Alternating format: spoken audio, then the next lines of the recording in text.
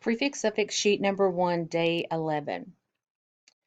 Number 17 is tri, as in adenosine triphosphate, triple, tripod.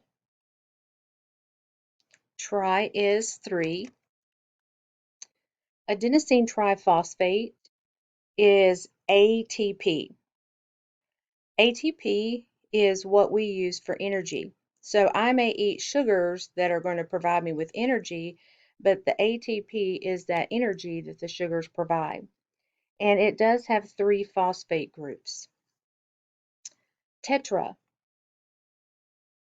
Tetra is another number, and where we will use tetra is something that we'll see in genetics called a tetrad. Tetra means 4.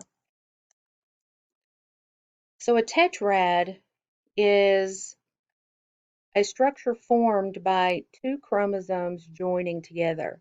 Now you've all seen a chromosome, what it looks like. It looks like an X. So there's 2 sides to every chromosome. So if you have 2 chromosomes together, then you're talking about 4 sides.